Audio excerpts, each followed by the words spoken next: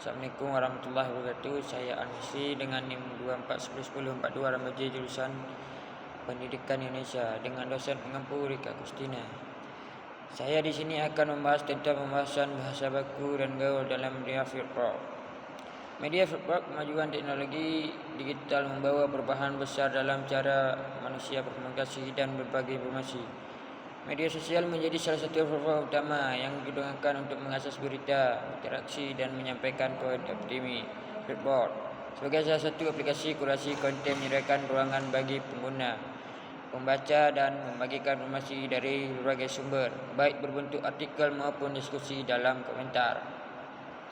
Konten feedback sebagai platform kurasi konten menyajikan artikel dari berbagai sumber yang beragam, gaya bahasa dan target audiensnya. Konten feedback dapat dikelompokkan menjadi 3 jenis utama berdasarkan ragam bahasanya. Pertama, bahasa baku. Biasanya dirumkan dalam artikel resmi dari media terpercaya.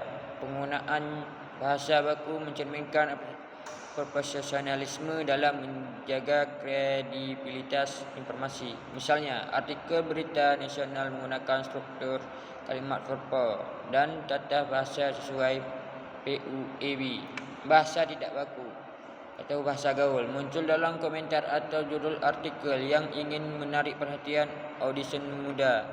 Bahasa seperti "kamu wajib tahu" atau "ini dia rahasianya" sering digunakan untuk menceritakan kesan santai dan akrab.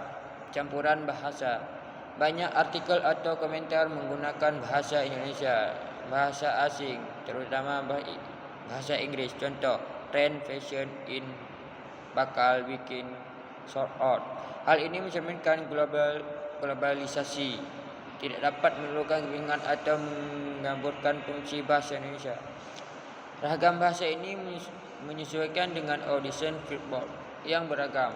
Namun, campuran bahasa dan pengguna bahasa tidak baku sering menjadi tantangan dalam menjaga kejelasan informasi dan kesesuaian dengan norma bahasa Indonesia. 2. Dampak ragam bahasa terhadap pembahasan bahasa baku. Membantu memahami informasi dengan baik, terutama pada artikel berumpama yang membahas topik serius seperti politik, kesihatan atau teknologi. Bahasa tidak baku atau bahasa gaul mempermudah terhubungan dengan audiens muda, tapi seringkali mengaruhi kredibilitas konten jika menggunakan berlebihan. Penggunaan tidak baku yang tidak konsisten juga dapat menurunkan pemahaman pembaca.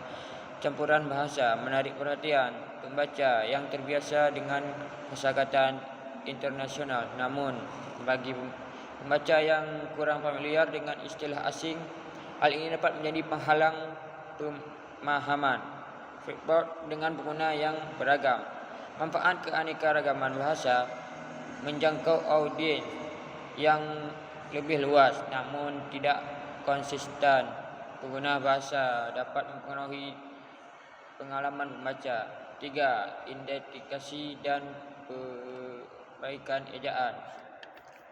Kesalahan ejaan dan penggunaan kata yang tidak sesuai kaedah sering ditemukan, terutama komentar pengguna atau judul artikel yang mengutamakan budaya tarik visual. Beberapa contoh kesalahan ejaan dan perbaikannya.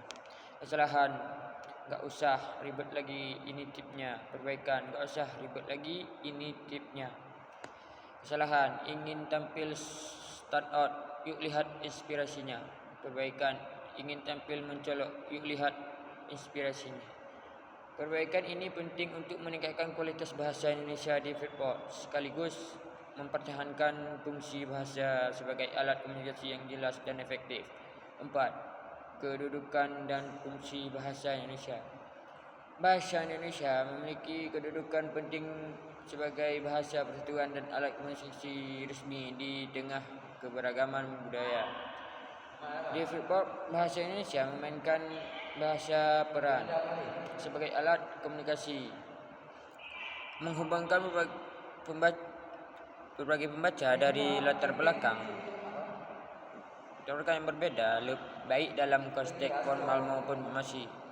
Kesimpulannya, Penggunaan bahasa Indonesia di Flipboard mencerminkan keberagaman gaya komunikasi di era digital. Artikel dan komentar di platform ini memadukan bahasa baku dan tidak baku dan juga bahasa baik.